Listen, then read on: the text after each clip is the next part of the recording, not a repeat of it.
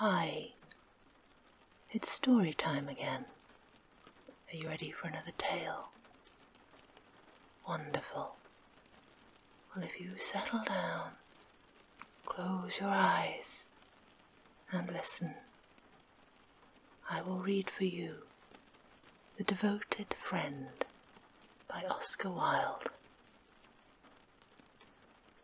One morning the old water rat put his head out of his hole. He had bright beady eyes and stiff grey whiskers, and his tail was like a long bit of black India rubber. The little ducks were swimming about in the pond, looking just like a lot of yellow canaries, and their mother, who was pure white with real red legs, was trying to teach them how to stand on their heads in the water. "You will never be in the best society unless you can stand on your heads," she kept saying to them, and every now and then she showed them how it was done. But the little ducks paid no attention to her. They were so young that they did not know what an advantage it is to be in society at all. "What disobedient children," cried the old rat. "They really deserve to be drowned." "Nothing of the kind," answered the duck. "Everyone must make a beginning, and parents cannot be too patient." "Ah, I know nothing about the feelings of parents," said the water rat. "I am not a family man. In fact, I have never been married, and I never intend to be. Love is all very well in its way, but friendship is much higher. Indeed, I know of nothing in the world that is nobler or rarer than a devoted friendship." "And pray, what is your idea of the duties of a devoted friend?" asked Green Linnet, who was sitting in a willow tree hard by, and had overheard the conversation. "Yes, that is just what I want to know," said the duck, and she swam away to the end of the pond and stood upon her head in order to give her children a good example. "What a silly question," cried the water rat. "I should expect my devoted friend to be devoted to me, of course." "And what would you do in return?" said the little bird, swinging upon a silver spray and flapping his tiny wings. "I don't understand you," answered the water rat. "Let me tell you a story on the subject," said the linnet. "Is it a story about me?" asked the water rat. "If so, I will listen to it, for I am extremely fond of fiction." "It is applicable to you," answered the linnet, and he flew down and alighted upon the bank. He told the story of the devoted friend. "Once upon a time," said the linnet, "there was an honest little fellow named Hans." "Was he very distinguished?" asked the water rat. "No," answered the linnet, "I don't think he was distinguished at all, except for his kind heart and his funny, round, good-humoured face. He lived in a tiny cottage all by himself, and every day he worked in his garden. In all the countryside there was no garden so lovely as his. Sweet William grew there, and gillyflowers, and shepherd's purses, and fair maids of France.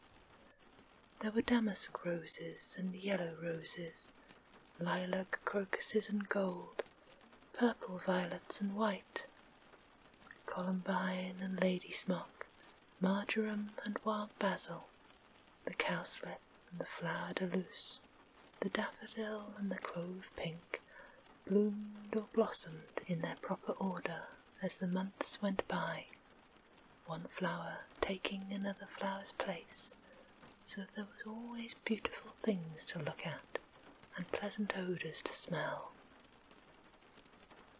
Little Hans had a great many friends, but the most devoted friend of all was big Hugh the miller.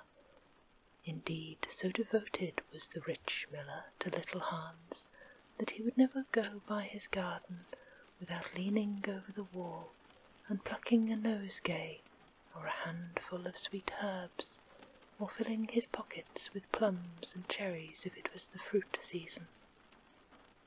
Real friends should have everything in common, the miller used to say, and little Hans nodded and smiled, and felt very proud of having a friend with such noble ideas.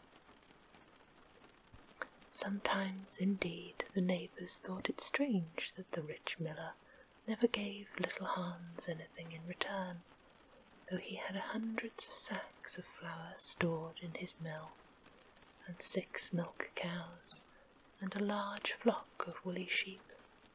But Hans never troubled his head about these things, and nothing gave him greater pleasure than to listen to all the wonderful things the miller used to say about the unselfishness of true friendship. So little Hans worked away in his garden.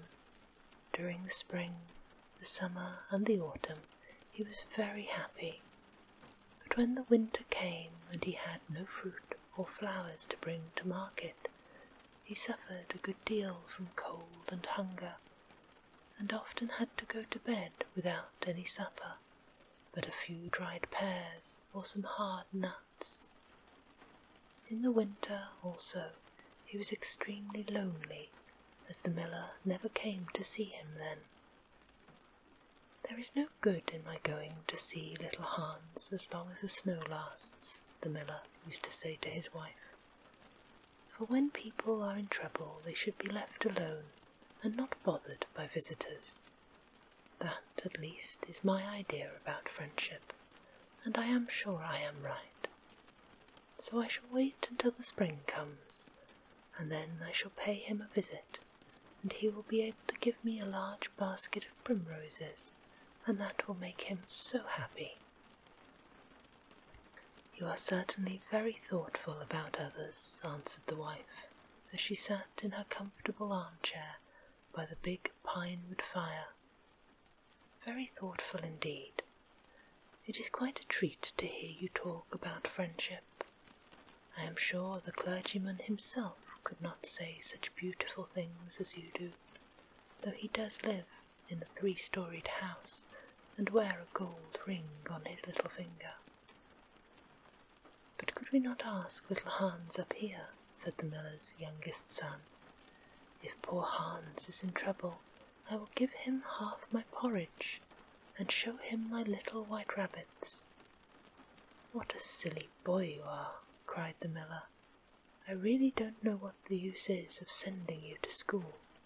You seem not to learn anything.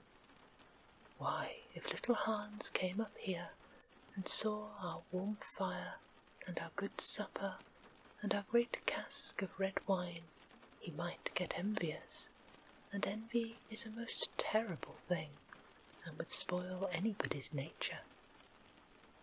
I certainly will not allow Hans's nature to be spoiled. I am his best friend, and I will always watch over him and see that he is not led into any temptations. Besides, if Hans came here, he might ask me to let him have some flour on credit, and that I could not do. Flour is one thing and friendship is another, and they should not be confused. Why, the words are spelt differently and mean quite different things. Everybody can see that." "How well you talk," said the miller's wife, pouring herself out a large glass of warm ale. "Really, I feel quite drowsy, just like being in church."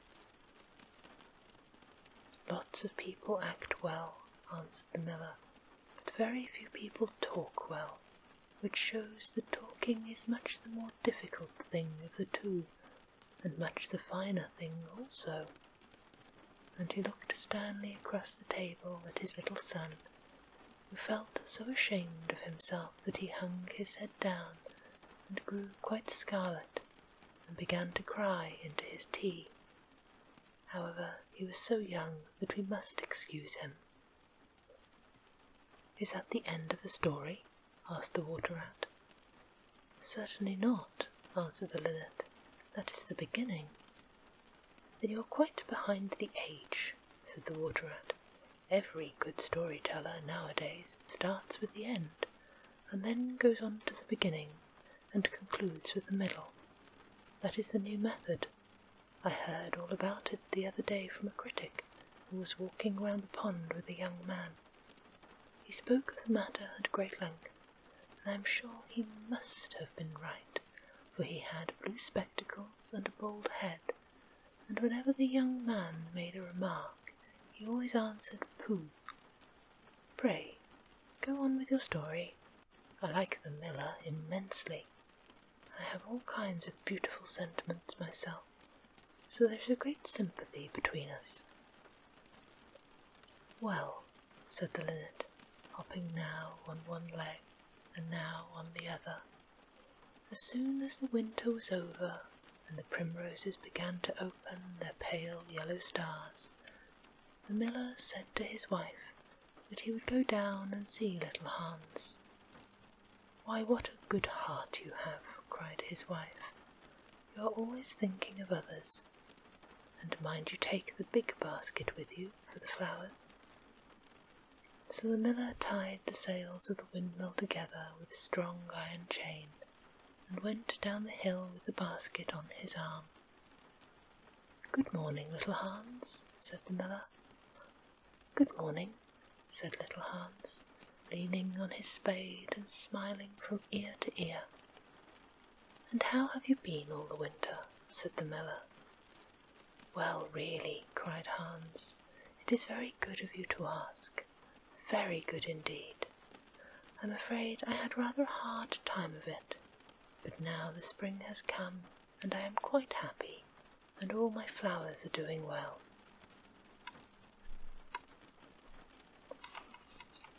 'We often talked of you during the winter, Hans,' said the Miller, 'and wondered how you were getting on.' 'Oh, that was kind of you,' said Hans. 'I was half afraid you had forgotten me.' 'Hans, I am surprised at you,' said the Miller. 'Friendship never forgets. That is the wonderful thing about it. But I am afraid you don't understand the poetry of life. How lovely your primroses are looking, by the by.' 'They certainly are very lovely,' said Hans, 'and it is a most lucky thing for me that I have so many. I am going to bring them into the market to sell to the burgomaster's daughter, and buy back my wheelbarrow with the money.' 'Buy back your wheelbarrow? You don't mean to say you have sold it? What a very stupid thing to do.' 'Well, the fact is,' said Hans, 'that I was obliged to. You see, the winter was a very bad time for me, and I really had no money at all to buy bread with. So I first sold the silver buttons off my Sunday coat, then I sold my silver chain, and then I sold my big pipe, and at last I sold my wheelbarrow, but I am going to buy them back again now.' 'Hans,' said the Miller, 'I will give you my wheelbarrow. It is not in very good repair. Indeed, one side has gone, and there is something wrong with the wheel spokes. But in spite of that I will give it to you. I know it is very generous of me, and a great many people would think me extremely foolish for parting with it, but I am not like the rest of the world. I think that generosity is the essence of friendship, and besides I have a new wheelbarrow for myself. Yes, you may set your mind at ease. I will give you my wheelbarrow.' 'Well, really, that is generous of you,' said little Hans, and his funny round face glowed all over with pleasure. 'I can easily put it in repair, as I have a plank of wood in the house.' 'A plank of wood?' said the Miller. 'Why, that is just what I want for the roof of my barn. There is a very large hole in it, and the corn will get all damp if I don't stop it up. How lucky you mentioned it. It is quite remarkable how one good action always breeds another. I have given you my wheelbarrow, and now you are going to give me your plank. Of course the wheelbarrow is worth far more than the plank, but true friendship never notices things like that. Pray, get it at once, and I will set to work at my barn this very day." "Certainly," cried Hans, and he ran into the shed and dragged the plank out. "It is not very big," said the miller, looking at it, "and I am afraid that after I have mended my barn roof, there won't be any left for you to mend the wheelbarrow with. But of course that is not my fault. And now I have given you my wheelbarrow, I'm sure you would like to give me some flowers in return. Here is the basket. Mind you fill it quite full." "Quite full," said Hans, rather sorrowfully, for it was really a very big basket, and he knew that if he filled it, he would have no flowers left for the market, and he was very anxious to get his silver buttons back. "Well, really," answered the miller, "as I have given you my wheelbarrow, I don't think that it is much to ask you for a few flowers. I may be wrong, but I should have thought that friendship, true friendship, was quite free from selfishness of any kind." "My dear friend, my best friend," cried little Hans, "you are welcome to all the flowers in my garden. I would much sooner have your good opinion than my silver buttons any day." And he ran and plucked all his pretty primroses, and filled the miller's basket. "Good-bye, little Hans," said the miller, as he went up the hill with the plank on his shoulder and the big basket in his hands. "Good-bye," said little Hans, and he began to dig away quite merrily. He was so pleased about the wheelbarrow. The next day he was nailing up some honeysuckle against the porch, when he heard the miller's voice calling him from the road. So he jumped off the ladder and ran down the garden and looked over the wall. There was the miller with a large sack of flour on his back. "Dear little Hans," said the miller, "would you mind carrying the sack of flour for me to market?" "Oh, I am so sorry," said Hans, "but I'm really very busy today. I have got all my creepers to nail up, and all my flowers to water, and my grass to roll." "Well, really," said the miller, "I think that considering I am going to give you my wheelbarrow, it is rather unfriendly of you to refuse." "Oh, don't say that," cried little Hans. "I wouldn't be unfriendly for the whole world." And he ran in for his cap and trudged off with the big sack on his shoulders. It was a very hot day, and the road was terribly dusty, and before Hans had reached the 6th milestone, he was so tired that he had to sit down for a rest. However, he went on bravely, and at last he reached the market.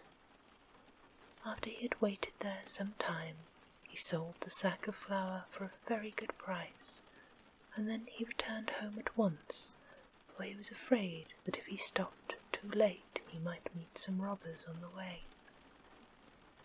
"It has certainly been a hard day," said little Hans to himself as he was going to bed, "but I am glad I did not refuse the miller, for he is my best friend, and besides, he is going to give me his wheelbarrow." Early the next morning the miller came down to get the money for his sack of flour, but little Hans was so tired that he was still in bed. "Upon my word," said the miller, "you are very lazy. Really, considering that I am going to give you my wheelbarrow, I think you might work harder.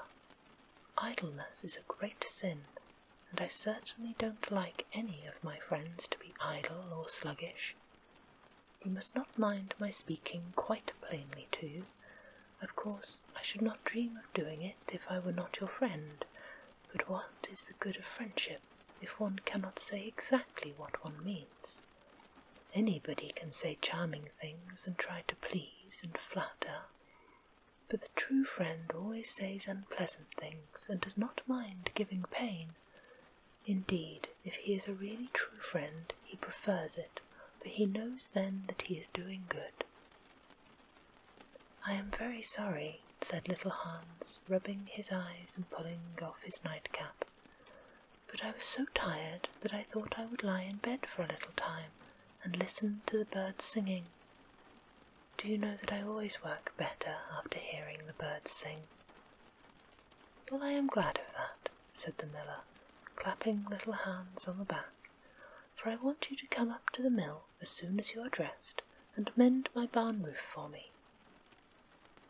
Poor little Hans was very anxious to go and work in his garden, for his flowers had not been watered for 2 days, but he did not like to refuse the miller, as he was such a good friend to him. "Do you think it would be unfriendly of me if I said I was busy?" he inquired in a shy and timid voice. "Oh, really," answered the miller, "I do not think it is much to ask you, considering that I am going to give you my wheelbarrow, but of course, if you refuse, I will go and do it myself." "Oh, on no account," cried little Hans, and he jumped out of bed and dressed himself and went up to the barn. He worked there all day long till sunset, and at sunset the miller came to see how he was getting on. "Have you mended the hole in the roof yet, little Hans?" cried the miller in a cheery voice. "It is quite mended," answered little Hans, coming down the ladder. "Ah," said the miller, "there is no work so delightful as the work one does for others." "It is certainly a great privilege to hear you talk," answered little Hans, sitting down and wiping his forehead. "A very great privilege, but I am afraid I shall never have such beautiful ideas as you have." "Oh, they will come to you," said the miller, "but you must take more pains. At present you have only the practice of friendship. Some day you will have the theory also." "Do you really think I shall?" asked little Hans. "I have no doubt of it," answered the miller. "But now that you have mended the roof, you had better go home and rest, for I want you to drive my sheep to the mountain tomorrow." Poor little Hans was afraid to say anything to this, and early the next morning the miller brought his sheep round to the cottage, and Hans started off with them to the mountain. It took him the whole day to get there and back, and when he returned he was so tired that he went off to sleep in his chair and did not wake until it was broad daylight. "What a beautiful time I shall have in my garden," he said, and he went to work at once. But somehow he was never able to look after his flowers at all, for his friend the miller was always coming round and sending him off on long errands, and getting him to help at the mill. Little Hans was very much distressed at times, as he was afraid his flowers would think he had forgotten them, but he consoled himself by the reflection that the miller was his best friend. "Besides," he used to say, "he is going to give me his wheelbarrow, and that is an act of pure generosity." So little Hans worked away for the miller, and the miller said all kinds of beautiful things about friendship, which Hans took down in a notebook and used to read over at night, for he was a very good scholar. Now it happened that one evening little Hans was sitting by his fireside when a loud rap came at the door. It was a very wild night, and the wind was blowing and roaring round the house so terribly that at first he thought it was merely the storm. But a second rap came, and then a third, louder than any of the others. "It is some poor traveller," said little Hans to himself, and he ran to the door. There stood the miller with a lantern in one hand and a big stick in the other. dear little Hans," cried the miller, "I am in great trouble. My boy has fallen off a ladder and hurt himself, and I am going for the doctor. But he lives so far away, and it is such a bad night, that it just occurred to me that it would be much better if you went instead of me. You know I am going to give you my wheelbarrow, and so it is only fair you should do something for me in return." "Certainly," cried little Hans. "I take it as quite a compliment your coming to me, and I will start off at once. But you must lend me your lantern, as the night is so dark that I am afraid I might fall into the ditch." "Oh, I am very sorry," answered the miller, "but it is my new lantern, and it would be a great loss to me if anything happened to it." "Well, never mind, I will do without it," cried little Hans, and he took down his great fur coat and his warm scarlet cap, and tied a muffler around his throat, and started off. What a dreadful storm it was! The night was so black that little Hans could hardly see, and the wind was so strong that he could scarcely stand. However, he was very courageous, and after he had been walking about 3 hours, he arrived at the doctor's house and knocked at the door. "Who is there?" cried the doctor, putting his head out of his bedroom window. "Little Hans, doctor." "What do you want, little Hans?" "The miller's son has fallen from a ladder and has hurt himself, and the miller wants you to come at once." "All right," said the doctor, and he ordered his horse and his big boots and his lantern, came downstairs, and rode off in the direction of the miller's house, little Hans trudging behind him. But the storm grew worse and worse, and the rain fell in torrents, and little Hans could not see where he was going or keep up with the horse.